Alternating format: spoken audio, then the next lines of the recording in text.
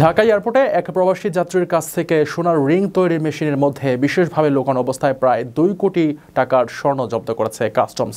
Dhaka customs হাউজের এক কর্মকর্তা গণমাধ্যমকে জানান, গোপন সংবাদের ভিত্তিতে মালয়েশিয়া ফেরত মোহাম্মদ সুমনকে আটক করা হয় এবং তার লাগেজে তল্লাশি চালিয়ে 1 কেজি 190 গ্রাম স্বর্ণপিণ্ড এবং 96 গ্রাম স্বর্ণালঙ্কার সহ মোট 1 কেজি 286 গ্রাম স্বর্ণ উদ্ধার করা হয়েছে।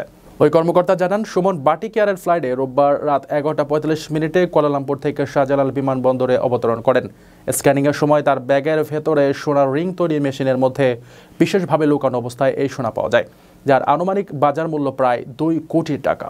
বিমানবন্দরের এক রাজস্ব কর্মকর্তা বলেন, বিদেশ থেকে আসা যাত্রীদের জিজ্ঞাসাবাদ করতে গিয়ে তারা প্রায় বিব্রত হন। তিনি বলেন, আন্তর্জাতিক চোরাচালান চক্র অসহায় প্রবাসীদের ব্যবহার করে এই স্বর্ণ দেশে পাঠাচ্ছে। হুন্ডি বা অন্যান্য অবৈধ উপায়ে দেশের টাকা বাইরে চলে যাচ্ছে এবং তার বিনিময়ে যাত্রীরা সাধারণ স্বর্ণ মনে করে এগুলো নিয়ে আসছে। এর ফলে অর্থনৈতিকভাবে ক্ষতিগ্রস্ত হচ্ছে দেশ। রেমিটেন্স যোদ্ধাদের ঢাকায় বিশেষ ছাড়ে রেডি ফ্ল্যাট দিচ্ছে শতভাগ বিশ্বস্ত ও নির্ভরযোগ্য প্রতিষ্ঠান প্রবাসীর সিটি।